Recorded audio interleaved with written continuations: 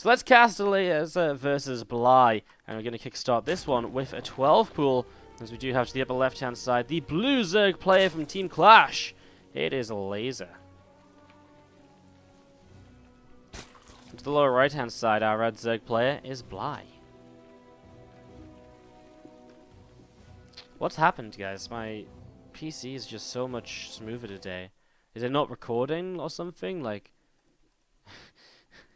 just feels as though something's wrong because everything is just so smooth. I'm not sure. Alright, we're going to get this going though as a 12 pool from Elazer. Fading 12 from Elazer, I should say, sorry. I'm actually going to prioritize the Queen, so really looking towards the fast link speed here. As Bly did open with the hatch gas pool, so for once it's not Bly being the aggressor.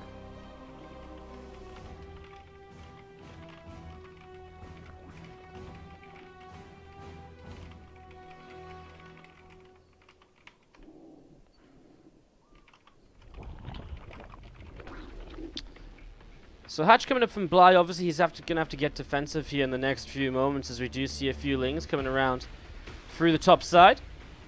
So Elazer coming through the top here, and obviously with the ling speed coming up, a Bane Nest coming down as well.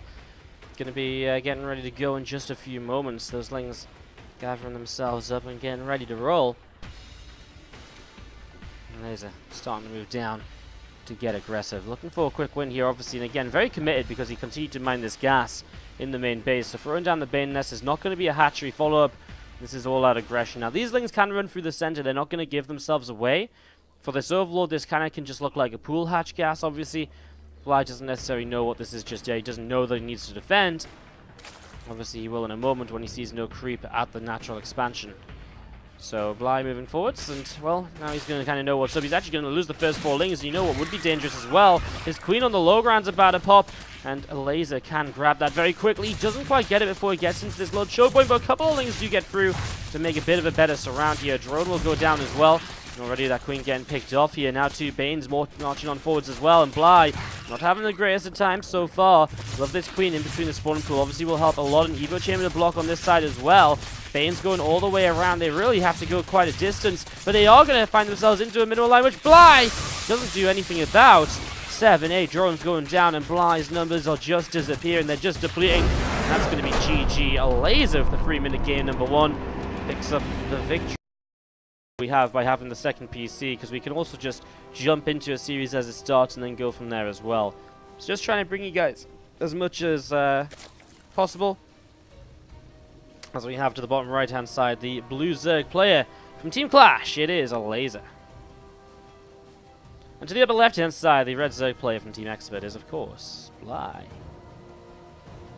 Why no match arena overlay? Very simply because I was busy fixing my webcam, which I didn't manage to fix, and so I I mean, yeah, I was trying to fix my webcam basically, and I didn't manage to. My webcam's just broken, and that took up my entire half-hour setup time that I gave myself to set up for the stream today.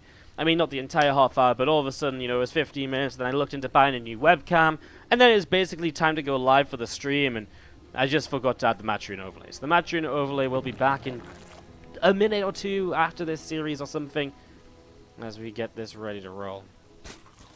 Yes, Bitchy Drogo versus True is just about to start, guys, as well. A couple people asking in the chat. Just one confirmation of that. That game number 1 of that series is literally in the lobby as we speak. So that Drogo True matchup is going to be starting very, very soon. For now, though, let's see how this ZvZ continues on. As this game, it is hatch, gas, pool apiece. Neither player going to get more aggressive than the other from the get-go. I'm going to kickstart this into a bit more of a macro start rather than fast aggression, Ling Bane all over the place, and all the rest of it. And how is everyone doing in the chat here today? Great to see so many people already tuning in. Over 700 viewers just after our first series of the day, which is always hour of the stream starting out to be on 700 viewers is quite nice. I'm just going to be seeing a couple queens starting from both. 6 lings from Bly, 4 from Elazer. The big thing is that Bly did not start his speed immediately, but he does now. So he's just a few seconds behind on that, about 5 or 6 seconds, but nothing too much. Nothing too crazy.